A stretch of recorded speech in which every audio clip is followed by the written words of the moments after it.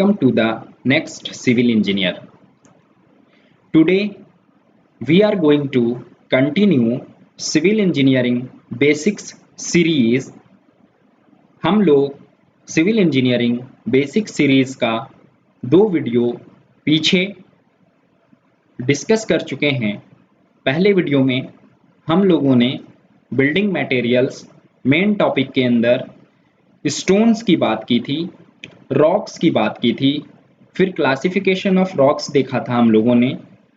Classification of rocks के अंदर हम लोगों ने पढ़ा था geological classification, chemical classification, physical classification, types of rock देखा था हम लोगों ने, इग्नियस रॉक देखा था, मेटामॉर्फिक रॉक देखा था, सेडिमेंटरी रॉक देखा था और टाइप्स उसके हम लोगों ने 1 बाय 1 खूब अच्छी तरीके से डिस्कस कर लिए थे।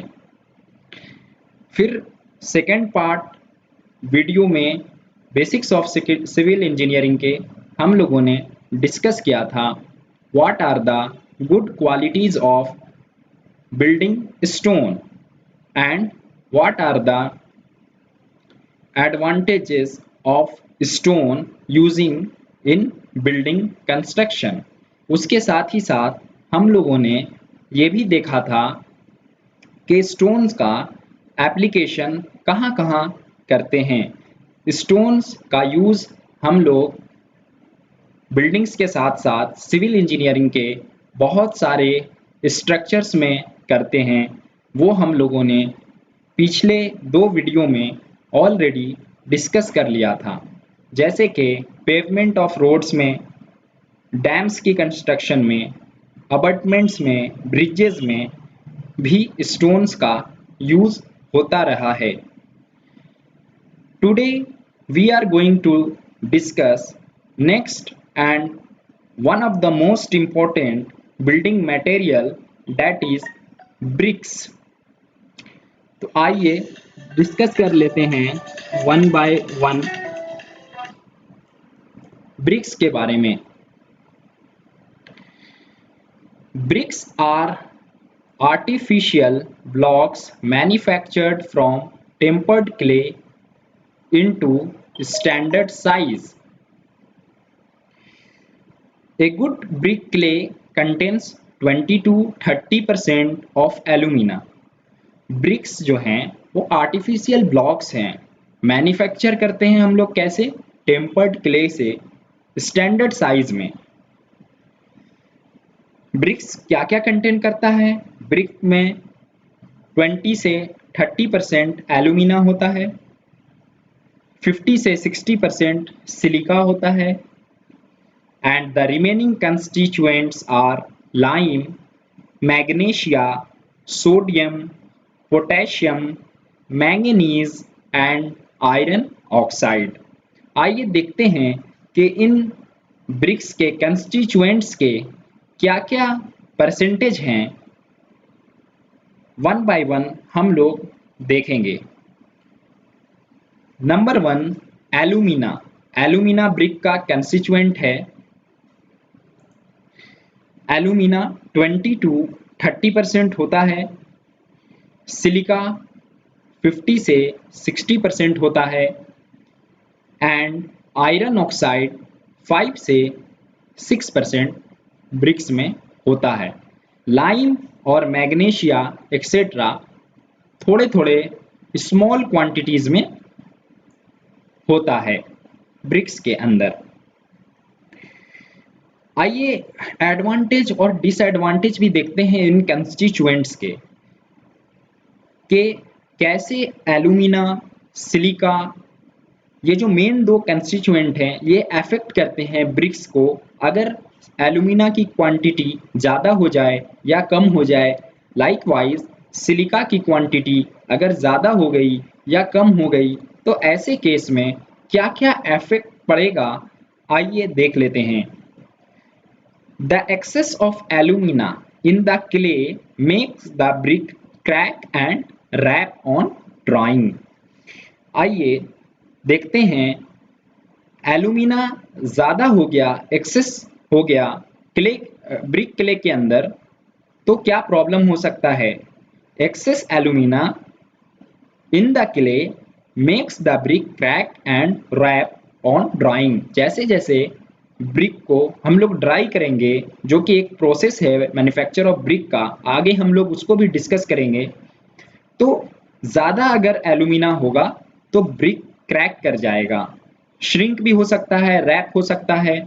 ये इसका एक डिसएडवांटेज है। इसलिए हम लोग हमेशा एल्यूमिना 20 से 30% के रेंज में ही ब्रिक्स को में यूज़ करते हैं। आइए सिलिका डिस्कस करते हैं। सिलिका की रेंज 50 टू 60% यहाँ पे दी गई हुई है। आइए देखते हैं सिलिका अगर ज़्यादा हो गया, जो रेंज है इसका स्पेसिफाइड, तो क्या प्रॉब्लम आ सकती है। The excess of silica in the clay makes the brick brittle and weak. अगर सिलिका जो स्पेसिफाइड लिमिट है उससे ज़्यादा यूज़ कर लेंगे हम लोग in the manufacture of bricks, तो ब्रिक कमज़ोर हो सकता है, वीक हो सकता है और ब्रिटल हो जाएगा। जब भी ब्रिटल होती है कोई भी चीज़, तो वो बिना वार्निंग के क्रैक कर जाती है, जल्दी टूट जाती है। इसलिए हम लोग हमेशा डक्टाइल को प्रीफर करते हैं। जैसे हमें पता है कि mild steel and HYSD, these are ductile materials, ताकि हमें फेलियर से पहले हमें वार्निंग मिल जाती है। इसलिए हम लोग डक्टाइल मटेरियल्स को प्रेफर करते हैं ब्रिटल मटेरियल के ऊपर। ब्रिटल मटेरियल को नहीं यूज करते हैं बिल्डिंग कंस्ट्रक्शन में।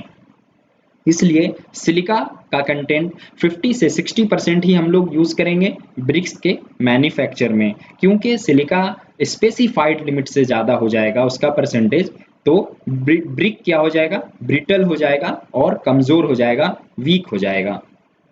आइए लाइम को देखते हैं। Small quantities of lime, lime and magnesia. आइए पहले लाइम को देख लेते हैं। Excess of lime in the clay causes bricks to melt and distort during burning. ज़्यादा हो जाएगा अगर क्वांटिटी लाइम का in the clay brick clay, तो वो ब्रिक को मेल्ट कर सकता है या फिर डिस्टॉर्ट कर सकता है ड्यूरिंग बर्निंग। जब हम लोग बर्निंग करेंगे ब्रिक्स का, वो भी एक प्रोसेस है, आगे स्टेप बाय स्टेप हम लोग मैन्युफैक्चर ऑफ ब्रिक में ये सारी चीज़ें डिस्कस करेंगे, देखने वाले हैं। अभी आप इतना समझिए कि जैसे ही लाइम ज़्यादा हो जाएगा स्पेसिफाइड लिमिट से, तो ब्रिक मेल्ट हो सकता है या फिर डिस्टॉर्ट हो सकता है ड्यूरिंग बर्निंग। आइए और डिस्कस करते हैं क्या क्या इफेक्ट्स हो सकते हैं। अगर एल्केलाइन साल्ट प्रेजेंट है ब्रिक के अंदर, तो वो मॉइस्चर को एब्जॉर्ब कर लेगा एयर से, which on drying leaves powder deposit on the brick. अगर आपके ब्रिक के जो क्ले है उसमें एल्केलाइन साल्ट प्रेजेंट है, तो ब्रिक को वो कैसे अफेक्ट करेगा, मॉइस्चर को एब्जॉर्ब कर लेगा एयर से, और जब भी ब्रिक ड्राइंग होगा, सूख जाएगा, तो पाउडर डिपोजिशन के जैसा वाइट वाइट आपको ब्रिक्स के ऊपर देखने को मिलेगा। और ये जो फिनोमेना है या फिर जो ये इफेक्ट है, इसको हम लोग एफ्लोरेसेंस ही बोलते हैं। ये efflorescence also caused if the clay used for making bricks contain pyrite। अगर इसमें पाइराइट होगा तो भी ये इफेक्ट देखने को मिल सकता है। And the water used for pugging the clay contain gypsum. अगर जो भी वाटर हम लोग यूज कर रहे हैं इन the manufacture of clay brick, तो उसमें अगर जिप्सम की क्वांटिटीज है ज़्यादा, तो भी एफ्लोरेसेंस हो सकता है। आइए नेक्स्ट पॉइंट देख लेते हैं, manufacture of BRICS. Manufacture of BRICS देखते हैं, ब्रिक्स कैसे बनता है। Manufacture of BRICS involves following operations. क्या क्या है, प्रिपरेशन ऑफ ब्रिक अर्थ। पहले हम लोग ब्रिक अर्थ, जिस क्ले से, जिस अर्थ से ब्रिक हम लोग बनाएंगे, उसको पहले प्रिपेयर करेंगे। उसके बाद फिर मोल्ड करेंगे, ब्रिक की मोल्डिंग होगी। उसके बाद जो प्रोसेस है, स्टेप है, वो है ड्राइंग। ड्राइंग के बाद, सुखाने के बाद फिर बर्निंग्स होगी। फिर क्ले को ब्रिक को हम लोग बर्न करेंगे, किल्न में करेंगे। हम लोग जनरली बर्न करते हैं ब्रिक्स को। आइए देखते हैं प्रिपरेशन ऑफ ब्रिक अर्थ। इसमें ब्रिक अर्थ का प्रिपरेशन जो होता है उसमें रिमूव करेंगे हम लोग सबसे पहले लूज सॉइल को। Generally 20 centimetre top layer loose soil का उसको रिमूव कर देते हैं हम लोग। उसके बाद डिगिंग करते हैं, स्प्रेड एंड क्लीनिंग। रिमूव करने के बाद लूज सॉइल रिमूव करने के बाद टॉप लेयर हम लोग उसको और डिग करेंगे, फिर स्प्रेड कर देंगे डिग करने के बाद और क्लीन करेंगे। जनरली 20 सेंटीमीटर यहाँ पे भी यूज होता है, स्प्रेड करेंगे लेवल ग्राउंड पे। और जो भी अनडिजायरेबल मटेरियल्स होंगे, जैसे कि क्या क्या अनडिजायरेबल मटेरियल्स हो सकते हैं, ग्रास हो सकता है, रूट्स हो सकता है, ग्रेवल हो सकता है, ये सारी चीज़ों को हम लोग वहाँ से रिमूव कर देंगे जो कि हमें डिजायर्ड नहीं है, हमारे काम की चीज़ नहीं है, हमें यूजफुल नहीं है, इसलिए हम वो सब चीज़ वहाँ से रिमूव कर देते हैं। Preparation of brick earth continue करते हैं। उसके बाद का प्रोसेस है हमारा वेदरिंग। जो भी अर्थ है उसको स्प्रेड कर देंगे हम लोग और उसको छोड़ दिया जाता है फॉर ए फ्यू वीक्स, ताकि क्ले जो है वो अच्छे से मिल जाए, मेलो हो जाए। नेक्स्ट प्रोसेस है उसका स्टेप का ब्लेंडिंग है। ब्लेंडिंग में हम लोग मिक्स करेंगे क्ले को with suitable ingredients bye turning up and down many times. इसमें हम लोग ब्लेंड करेंगे। ब्लेंड का मतलब ही होता है प्रॉपर मिक्सिंग, इसलिए हम लोग उसको मेल्ट करेंगे, ब्लेंड करेंगे। नेक्स्ट स्टेप है टेम्परिंग। टेम्परिंग में देखिए क्या करना है। टेम्परिंग हम लोग करते हैं ताकि होल मास ऑफ क्ले, ताकि पूरा क्ले का जो मास है जिससे हम लोग को ब्रिक को मोल्ड करना है आगे जाके, वो होमोजीनियस और प्लास्टिक नेचर का हो जाए, इसलिए हम लोग उसको टेम्परिंग करते हैं। जनरली ये बहुत सारे लेबर लगा के भी किए जा सकते हैं, या फिर कैटल को हम लोग पग मिल में जब भी ब्रिक्स डालते हैं, अगर लार्ज स्केल में ब्रिक्स बनाना होता है तो हम लोग कैटल वगैरह से भी टेम्परिंग उसकी कर देते हैं ताकि वो अच्छे से मिक्स हो जाए, होमोजीनियस हो जाए और प्लास्टिक नेचर का हो जाए।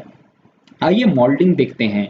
मोल्डिंग में पग्ड ब्रिक जो भी हम लोगों ने किया है पिछले स्टेप में, उसको हम लोग मोल्ड करेंगे इनटू शेप।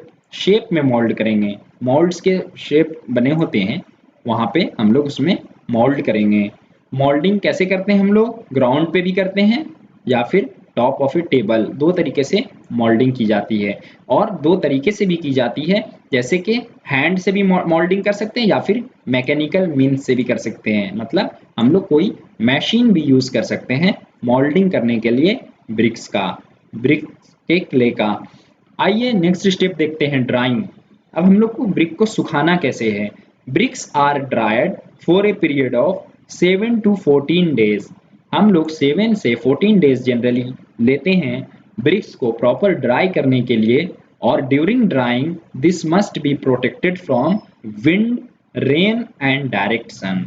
ये इंपॉर्टेंट पॉइंट है यहाँ पे। ये वन लाइनर हैं जो आपके काम आ सकते हैं। आप कहीं भी पढ़ रहे हैं, एसएससी की एग्जाम की तैयारी कर रहे हैं, जेई के एग्जाम की तैयारी कर रहे हैं, एई स्टेट एई की एग्जाम की तैयारी कर रहे हैं, हर जगह बिल्डिंग मटेरियल्स का बहुत बड़ा एक इम्पॉर्टेंट रोल है। अब तो गेट एग्जाम में भी कुछ क्वेश्चंस कभी कभी हमें देखने को मिल जाते हैं 2 मार्क्स 3 मार्क्स का, लेकिन वो अगर 1 मार्क्स का भी पूछा है तो बहुत इंपॉर्टेंट हो जाता है कॉम्पिटिटिव एग्जामिनेशन में। और generally every civil engineer must know these basic things. इसलिए इस सीरीज में हम बेसिक्स ऑफ सिविल इंजीनियरिंग कर रहे हैं। ये इसका पार्ट 3 है। आप पहले के पार्ट 2 और पार्ट 1 अगर आपने मिस कर दिया है तो आप आई बटन ऊपर में आ रहा होगा, आप वहां पे क्लिक करके जाके देख सकते हैं, वहां से आप नॉलेज ले सकते हैं। ये आपके लिए बहुत ही बेनिफिशियल होगा।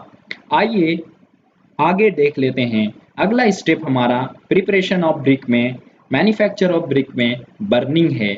बर्निंग कैसे करेंगे। बर्निंग हम लोग क्लैंप्स में भी करते हैं, बर्निंग हम लोग किल्न में भी करते हैं। ड्राइंग करने के बाद मतलब ब्रिक्स को सुखाने के बाद एरिया को बर्न किया जाता है जिसमें ब्रिक रखा हुआ है इन किल्न्स। या तो फिर हम किल्न में करेंगे या फिर क्लैंप्स में करेंगे, ताकि जो भी हमारा ब्रिक्स अभी ड्राई हुआ है ब्रिकर, वो हार्ड हो जाए, स्ट्रॉन्ग हो जाए, डेंस भी हो जाए, और less absorbent and more durable, मतलब एब्जॉर्बेंट कम हो और उसकी ड्यूरेबिलिटी बढ़ जाए। आइए फिर से देखते हैं बर्निंग के पॉइंट को। After drying the bricks area burn in kin of clamps to make them harder, stronger, denser, less absorbent and more durable. Clamp में बर्निंग कैसे करेंगे? क्लैंप बेसिकली होता क्या है, देखिए क्लैंप एक अरेंजमेंट है जहां पे ब्रिक्स और फ्यूल को अरेंज किया जाता है अल्टरनेट लेयर्स में। कहाँ पे? ब्रिक को और फ्यूल को कहाँ अरेंज किया जाता है? अल्टरनेट लेयर्स में अरेंज किया जाता है।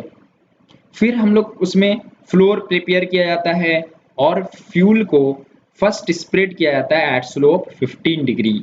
ये कुछ इंपॉर्टेंट पॉइंट्स हो सकते हैं, मे बी अभी तो इतना क्लैम्प्स और किल के बारे में अंदर डीप में नहीं पूछा गया है एग्जामिनेशन में, लेकिन may be in the future these some minute points may be asked. We never know, we have to prepare very well. आइए देखते हैं। The fuel consists of wooden piece, cow dung, straw, waste paper etc. Fuel में आप कुछ भी use कर सकते हैं, जैसे वुडन पीस हो गया, cow dung, ये सब waste paper etcetera. On top of this layer the raw bricks are placed. जब भी हम लोग फ्यूल की लेयर बिछा देंगे उसके ऊपर हम लोग रॉ ब्रिक्स को प्लेस करेंगे। आइए नेक्स्ट देखते हैं। फिर हम लोग अनदर लेयर बिछाएंगे 75 सेंटीमीटर थिक की, फिर फ्यूल स्प्रेड करेंगे और alternate layer of brick and fuel are arrange to a height of 3 to 4 centimetre. 3 to 4 centimetre तक हम लोग generally alternate layer of brick और उसका फ्यूल अरेंज करते हैं। पहले फ्यूल डालते हैं, उसके ऊपर फिर ब्रिक्स को बिछाते हैं, ठीक है। उसके बाद entire clamp is plastered on all the sides and top and filled with earth cover to conserve the heat। हम लोग पूरी तरीके से प्लास्टर कर देते हैं ऑल द साइड पे, टॉप पे भी, ताकि जो भी ब्रिक अर्थ उसमें गया है, क्ले का जो मोल्ड हुआ था, ड्राई हुआ था, वो अच्छे से उसमें हीट पहुंच सके, वो हीट हो पाए, ताकि बर्न्ड ब्रिक हमको मिल पाए जो कि स्ट्रॉन्ग हो, हार्ड हो, डेंस हो और ड्यूरेबल भी हो। तभी तो हम बिल्डिंग्स के कंस्ट्रक्शन में यूज कर पाएंगे। जब भी ब्रिक्स को बर्न करेंगे, फिर क्लैंप में बहुत टाइम लगता है, ऑलमोस्ट 1 or 2 मंथ लग जाते हैं आपको क्लैंप में बर्न करने के लिए। देन जब बर्न करने के बाद कूल करेंगे हम लोग ब्रिक को, फिर द सेम पीरियड। आप सोच सकते हैं कितना टाइम लगता है ब्रिक को मैन्युफैक्चर करने में। लगभग 1 से 2 महीने लग जाते हैं ब्रिक को बर्न होने में, और उसके बाद सेम टाइम लगभग 1 से 2 महीना उसको कूल करना पड़ता है। आइए क्लैंप हम लोगों ने डिस्कस कर लिया, अब किन देखते हैं। When large number of bricks have to be burned, kilns are adopted। ये इंपॉर्टेंट पॉइंट है, जब भी लार्ज रिक्वायरमेंट हो, large scale production is required, हम लोग किल्न यूज करेंगे। क्योंकि हम लोग देख चुके हैं कि क्लैंप्स में बहुत टाइम लगता है, ऑलमोस्ट 1 से 2 मंथ्स लग सकते हैं। फिर उसके बाद 1 से 2 मंथ्स आपको कूलिंग टाइम लगेगा, मतलब रफली 4 मंथ्स आप नहीं कर सकते हैं कि 4 मंथ्स डिले करें किसी भी प्रोजेक्ट को। और अगर ज़्यादा रिक्वायरमेंट है तो फिर the better option is kilns. 2 type के होते हैं जनरली, इंटरमिटेंट किल्न्स होते हैं और कंटिन्यूस टाइप होते हैं। इसका प्रोसेस है कि इंटरमिटेंट किल्न्स में loading, firing, cooling and unloading are done on one after the other and not simultaneously. इसमें लोड करेंगे, फिर फायर लगाएंगे, फिर कूल करेंगे, साइमल्टेनियसली नहीं करते हैं इंटरमिटेंट में। कंटिन्यूस में क्या होता है, आप लोड भी कर रहे हैं, फायरिंग भी हो रही है, मतलब उसमें हीट भी दे रहे हैं, और फिर उसमें आप कूल भी कर पा रहे हैं और कोई इंटरप्शन नहीं हो रहा है, तो वो कंटिन्यूस किल्न है। वो थोड़ा सिंप्लीफाई प्रोसेस हो जाता है, जल्दी प्रोडक्शन हो जाता है। आइए merits and demerits of clamp and kiln burning of BRICS discuss करते हैं। क्लैंप बर्निंग सबसे पहले, इसमें देखते हैं क्या क्या है। It is a temporary structure, आपने अभी देखा बहुत टाइम लग रहा है, टेम्पररी स्ट्रक्चर है ये। इनिशियल कॉस्ट इसका कम है, amount of fuel used is low and hence economical. Clamp time तो लगता है लेकिन इकोनॉमिकल भी है, अमाउंट ऑफ फ्यूल जो है यहाँ पे काफ़ी लो है। Continuous supervision is not necessary. Continuous supervision यहाँ पे नहीं चाहिए, चूंकि 1 से 2 महीना यहाँ पे आप सुपरविजन कर भी नहीं सकते हैं और यहाँ पे रिक्वायरमेंट भी नहीं है सुपरविजन की। Quality of BRICS is poor, यह इसका डीमेरिट है। जब भी अगर आपसे एग्जाम में क्वेश्चन आ सकता है इस तरीके से कि क्लैंप बर्निंग का एक डीमेरिट क्या है, सबसे बड़ा डीमेरिट तो है कि quality of brick is poor, only 60% is of first class variety. आप यहाँ पे देख सकते हैं, this is very important point. Clamp burning में एक तो टाइम ज्यादा लग रहा है, लार्ज स्केल प्रोडक्शन मतलब पॉसिबल नहीं है, फास्टर प्रोडक्शन भी पॉसिबल नहीं है, और quality of BRICS is poor, only 60% is of first class variety. ये क्लैंप बर्निंग का था। Firing can not be regulated, आप जो है कि उसको कंट्रोल नहीं कर सकते हैं कितना हीट देना है, ये इसका एक और डीमेरिट हो गया। It takes a long time for burning and cooling the bricks 3 to 6 months। आपने अभी देखा था ना, हम लोगों ने पहले ही डिस्कस कर लिया है कि क्लैंप बर्निंग ऑफ ब्रिक्स में सबसे ज़्यादा टाइम लगता है, लार्ज स्केल प्रोडक्शन के लिए ये सुटेबल नहीं है, और यहाँ पे वेस्टेज भी ज़्यादा है। ओनली 60% फर्स्ट क्लास ब्रिक आपको मिल रहा है यहाँ पे क्लैंप में। मतलब क्या है, वेस्टेज ऑफ हीट है, हॉट गैसेस का वेस्टेज है, ब्रिक्स का वेस्टेज है। तो ये थे कुछ पहले डिमेरिट, मेरिट्स हम लोगों ने डिस्कस किया, जो कि इकोनॉमिकल है, टेम्पररी स्ट्रक्चर आप बना सकते हैं, तो ये सब था मेरिट, लेकिन डिमेरिट ज़्यादा है क्लैंप के। Hence nowadays kiln burning are used. देखिए परमानेंट स्ट्रक्चर इसमें होता है, इनिशियल कॉस्ट हायर है, महंगा है इनिशियल कॉस्ट, लेकिन फ्यूल कॉस्ट भी महंगा है, ये इसका दो डिमेरिट हो सकता है। Constant supervision is also required, यहाँ पे किल्न बर्निंग में कांस्टेंट सुपरविजन रिक्वायर्ड है। अब मेरिट देखते हैं, quality of BRICS turn out is good, ये एक बहुत अच्छा है किल्न बर्निंग का, क्वालिटी जो मिलेगी आपको ब्रिक की वो अच्छी मिलेगी। 90% ऑफ फर्स्ट क्लास ब्रिक्स आप देख सकते हैं, जहां हम लोगों को क्लैंप में ओनली 60% ब्रिक्स मिल रहे थे ना फर्स्ट क्लास के, यहाँ पे हमको 90% मिल रहे हैं, ये एक बहुत अच्छा एडवांटेज है इसका। Time of firing is only 24 hours and cooling is 12 days। देखिए फास्टर प्रोडक्शन हो सकता है, यहाँ पे हमको हीट कितना देना है, only for 24 hours and cooling is 12 days instead of cooling for 2 to 3 months। आप यहाँ पे कूलिंग सिर्फ 12 days में पूरा कर सकते हैं और फिर आपका ब्रिक रेडी टू यूज हो जाएगा। अच्छा, इसका प्रोडक्शन कैपेसिटी देखिए कितना अच्छा है, it is yielding about 25,000 bricks per clay. Heat of hot gases is utilized in heating bricks to be burn. ये सारे थे इसके एडवांटेज। स्टार्टिंग में कुछ डिसएडवांटेज भी थे किल्न बर्निंग के, जैसे कि इकोनॉमिकल नहीं है, कॉस्टली है, हाई इनिशियल कॉस्ट है, हाई मेंटेनेंस कॉस्ट है इसका, इसमें स्किल्ड सुपरविजन रिक्वायर है, लेकिन बहुत सारे एडवांटेज हैं, जिसमें सबसे बड़ा एडवांटेज है क्वालिटी बहुत अच्छी मिलती है। 90% फर्स्ट क्लास ब्रिक्स यहाँ से निकलते हैं, टाइम कम लगता है, हीट भी कम टाइम के लिए देना पड़ता है, कूलिंग का रिक्वायरमेंट टाइम कम है, और this is suitable for large scale production. आइए साइज और वेट देखते हैं ब्रिक्स का। साइज देखेंगे हम लोग और वेट भी देखेंगे। The standard size of bricks are 19 centimetre by 9 centimetre by 9 centimetre. The Indian Standard Institution, New Delhi, has specified standard bricks of 19 centimeter by 9 centimeter by 9 centimeter with 1 centimeter, ये ध्यान रखिए, with 1 centimeter thick mortar joints। Motor का जो joint होगा वो 1 centimetre होगा, और standard brick wait जो होना चाहिए वो 3 kg होना चाहिए। देखिए ये सब बहुत छोटे छोटे, मगर बोलते हैं ना छोटी छोटी मगर मोटी बातें, तो इसी तरीके से ये बहुत छोटे पॉइंट्स हैं, लेकिन ये इंपॉर्टेंट यहाँ पे पॉइंट्स हैं। क्लासिफिकेशन ऑफ ब्रिक्स में, क्लासिफिकेशन ऑफ ब्रिक्स देख लेते हैं हम लोग। नेक्स्ट क्लासिफिकेशन ऑफ ब्रिक्स में पहला first class bricks. First class bricks में, फर्स्ट क्लास ब्रिक जो होते हैं वो टेबल मोल्डेड होते हैं। First class bricks table moulded edges होते हैं उसके, क्लियर एज होते हैं, स्क्वायर होते हैं ब्रिक्स और स्ट्रेट होते हैं, यूज्ड फॉर सुपेरियर वर्क्स। और फर्स्ट क्लास ब्रिक्स का आपको एक इंपॉर्टेंट पॉइंट पता होना चाहिए कि it should have minimum crushing strength of 10.5 mega newton per metre square. First class bricks should have minimum crushing strength of 10.5 mega newton per metre square. आइए कुछ और इंपॉर्टेंट पॉइंट्स फर्स्ट क्लास के हम लोग नोट डाउन कर सकते हैं। First class bricks are well burned, having smooth and even surface with perfect rectangular shape and uniform reddish color.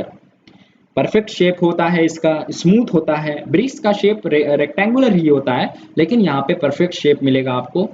और मोल्डेड एज जो होगा वो क्लियर होगा, स्ट्रेट होगा। ये यहाँ पे इसका बेनिफिट है फर्स्ट क्लास ब्रिक अगर आप यूज करेंगे तो। First class bricks should not absorb water more than 20% of its own dry weight after 24 hours immersion in water. आइए सेकंड क्लास ब्रिक देखते हैं। सेकंड क्लास ब्रिक्स जो होते हैं वो ग्राउंड मोल्डेड होते हैं, स्लाइटली ओवरबर्न्ट होते हैं, हैविंग रफ सरफेस, थोड़ा सा रफ सरफेस भी इनका होता है, and not perfectly rectangular in shape, और परफेक्टली रेक्टेंगुलर भी नहीं होते हैं शेप में। These bricks should not absorb water more than 22% after immersion in 24 hours. 24 घंटे के लिए अगर पानी में डालेंगे तो सेकंड क्लास ब्रिक्स को 22% इसका नहीं होना चाहिए। थर्ड क्लास ब्रिक्स, आइए थर्ड क्लास ब्रिक्स में देख लेते हैं हम लोग थर्ड क्लास ब्रिक्स के क्या क्या रिक्वायरमेंट है। These bricks are not properly burnt or underburnt in the kiln and hence these are soft and can be easily broken. Third class BRICS जो होते हैं वो भी ग्राउंड मोल्डेड होते हैं और नॉट हार्ड इनफ होते हैं, बहुत ज़्यादा हार्ड नहीं होते हैं, इसलिए अंडरबर्nt होते हैं। ये सॉफ्ट होते हैं और आसानी से तोड़े जा सकते हैं। एजेस इसके शार्प नहीं होंगे, ऑब्वियसली रेगुलर एज भी नहीं होंगे। यूज्ड होते हैं कहाँ कहाँ, अनइम्पॉर्टेंट एंड टेम्पररी कंस्ट्रक्शन में। जहाँ जहाँ अनइम्पॉर्टेंट, बहुत ज़्यादा इंपॉर्टेंट स्ट्रक्चर्स नहीं है या फिर टेम्पररी कंस्ट्रक्शन करना है, वहाँ पे हम लोग थर्ड क्लास ब्रिक्स को यूज करते हैं। आइए फोर्थ क्लास ब्रिक्स देखते हैं।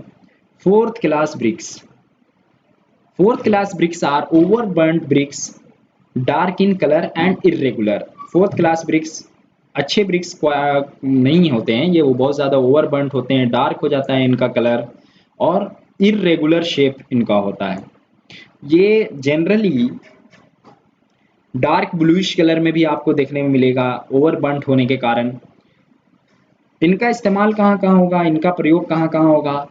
एज ए एग्रीगेट यूज हो सकता है कंक्रीट में, फाउंडेशन वगैरह में डालने के लिए। हम इसका पूरा कंस्ट्रक्शन तो नहीं कर सकते बीम में, स्लैब में या फिर फुटिंग में, फ्लोर में फ्लोर बनाते हैं तो यहाँ पे हम लोग फोर्थ क्लास या फिर ओवरबर्न्ड ब्रिक्स, इनको हम लोग लोकल साइट लैंग्वेज में झामा ब्रिक्स भी बोलते हैं।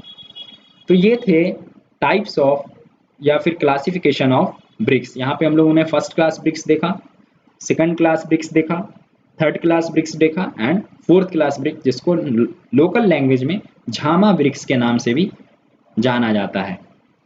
आइए कैरेक्टरिस्टिक देखते हैं गुड ब्रिक्स के। गुड ब्रिक्स की क्या क्या क्वालिटीज होनी चाहिए।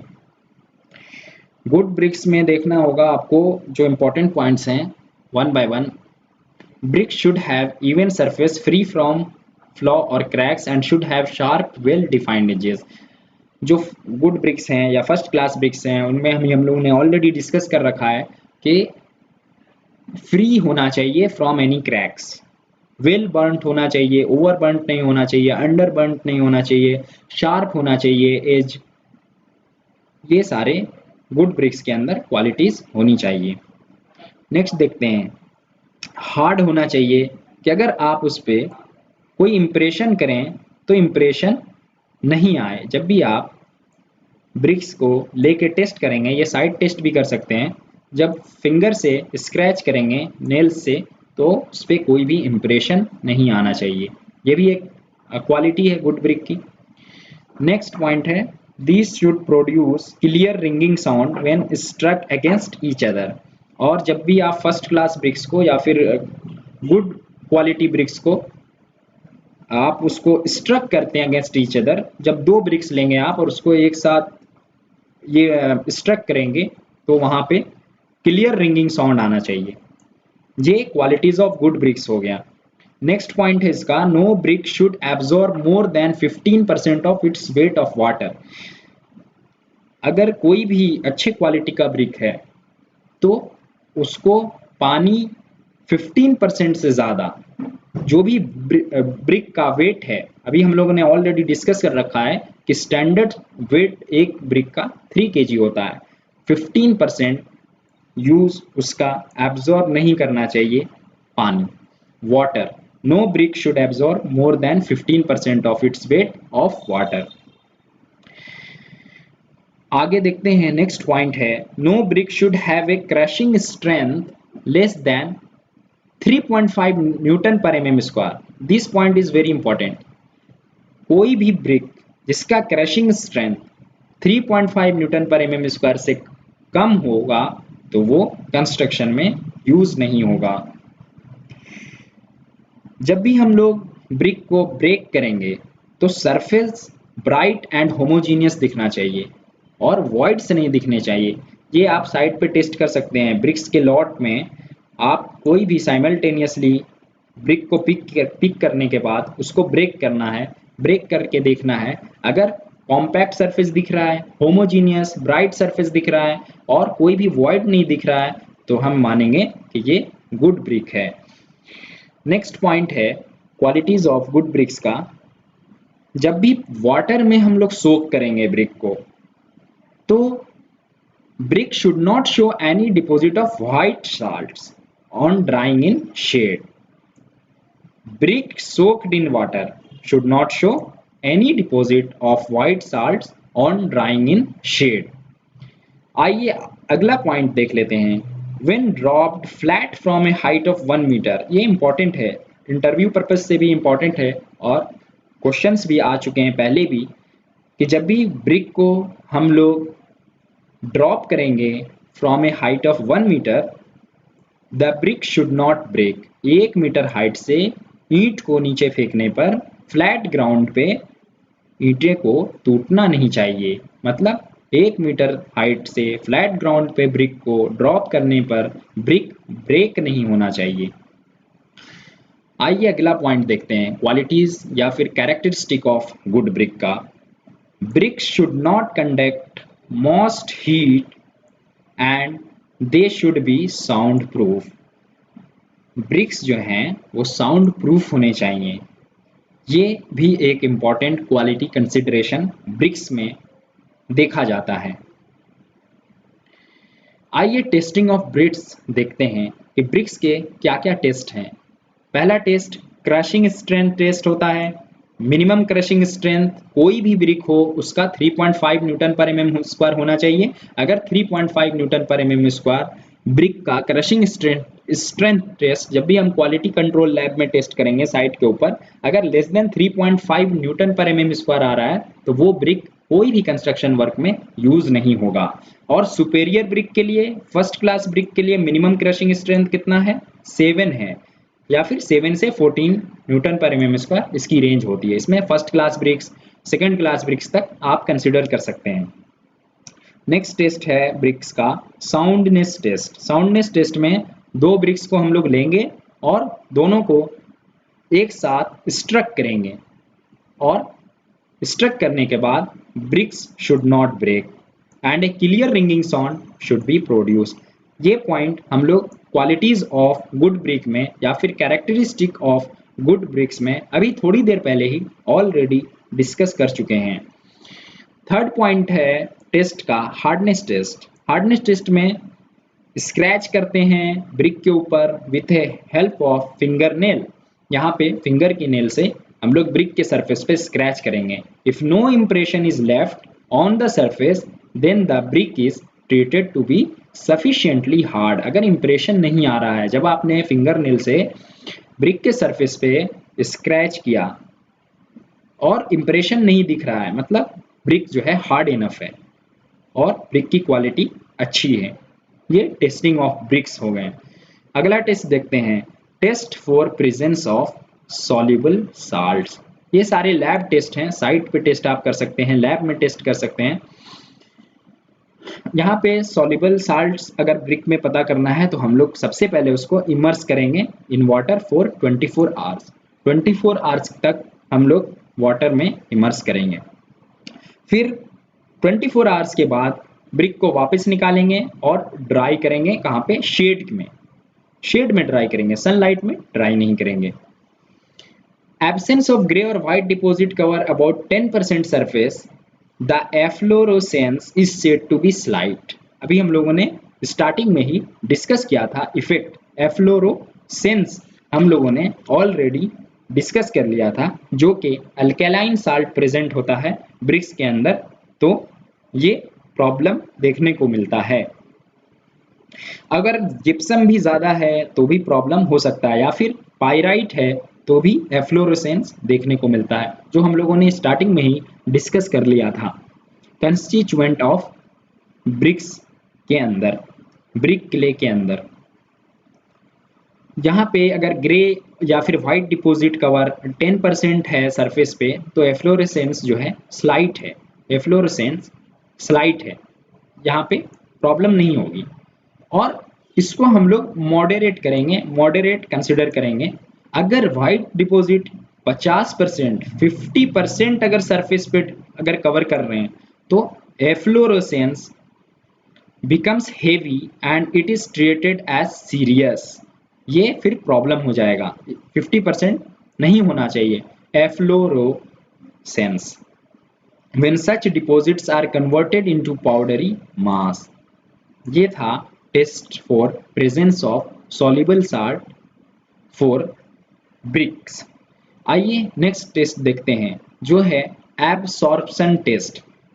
एब्सॉर्प्शन टेस्ट ऑफ ब्रिक, ये टोटल 5 टेस्ट हैं ब्रिक्स के, जो हम लोगों ने 1 बाय 1 डिस्कस किए हैं। लास्ट टेस्ट है एब्सॉर्प्शन टेस्ट।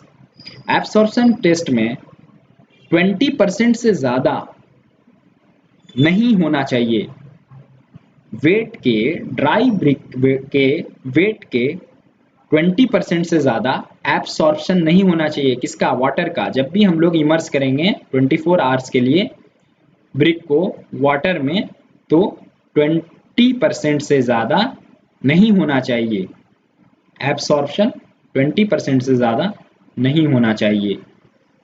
हम लोगों ने 1 बाय 1 डिस्कस कर लिया आज ब्रिक्स के बारे में, कंस्टिट्यूएंट ऑफ ब्रिक्स के बारे में, जहां हम लोगों ने देखा एल्यूमिना कितना होना चाहिए, सिलिका कितना होना चाहिए, उसी तरीके से lime, magnesia, sodium, potassium, manganese, iron oxide, ये सारे कंस्टिट्यूएंट्स हैं ब्रिक्स के। लेकिन मेन जो है वो एल्यूमिना है, जो कि 20 से 30% होता है, और सिलिका है जो 50 से 60% होता है। यहाँ पे फिर हम लोगों ने साइज देखा, स्टैंडर्ड साइज देखा ब्रिक का, फिर मैन्युफैक्चर ऑफ ब्रिक्स डिस्कस किया, प्रिपरेशन ऑफ ब्रिक क्ले उसमें उसका पहला स्टेप था, फिर मोल्डिंग ऑफ ब्रिक्स था वो हम लोगों ने देखा, फिर हम लोगों ने डिस्कस किया ड्राइंग ऑफ ब्रिक्स, कैसे ब्रिक्स को सुखाएंगे। उसके बाद से लास्ट स्टेप जो था वो बर्निंग ऑफ ब्रिक्स था। बर्निंग ऑफ ब्रिक्स के अंदर हम लोगों ने ऑलरेडी डिस्कस कर लिया बर्निंग क्लैंप में और बर्निंग किल्न्स में। उसके बाद फिर हम लोगों ने क्लासिफिकेशन ऑफ ब्रिक्स देखा, जिसमें फर्स्ट क्लास ब्रिक्स देखा, सेकंड क्लास ब्रिक्स देखा, फिर third class and fourth class bricks भी हम लोगों ने ऑलरेडी डिस्कस कर लिया है। After that we have already discussed today in this video only characteristics of good brick, या फिर क्वालिटीज ऑफ गुड ब्रिक। वहाँ पे हम लोगों ने क्वालिटीज देखी गुड ब्रिक्स की, कुछ स्टैंडर्ड्स वैल्यू देखी, कुछ साइट के टेस्ट भी देखे, ऑन द स्पॉट टेस्ट जो ब्रिक्स में से लॉट में से हम लोग उठा के चेक कर सकते हैं साइट के ऊपर, कुछ टेस्ट लैब में भी किए जाते हैं, मशीन का यूज़ होता है, वहाँ भी हम लोगों ने सारी प्रोसेस को समझा और देख लिया है। लास्ट ब्रिक्स के अंदर हम लोगों ने आज डिस्कस किया what are the tests for bricks. Bricks में भी हम लोगों ने सारे टेस्ट को डिस्कस कर लिया, जिसमें पहला टेस्ट था क्रशिंग स्ट्रेंथ टेस्ट, से दूसरा टेस्ट था साउंडनेस टेस्ट, तीसरा टेस्ट था हार्डनेस टेस्ट, चौथा टेस्ट था प्रेजेंस ऑफ सॉल्युबल साल्ट के लिए और last but not the least absorption test. यहाँ पे आपका ब्रिक का रिवीजन होगी। आई होप आपको ये वीडियो पसंद आएगी। If you like this video then please share the video widely and subscribe to our channel for more informative and technical videos. Thank you for watching. Jai Hind.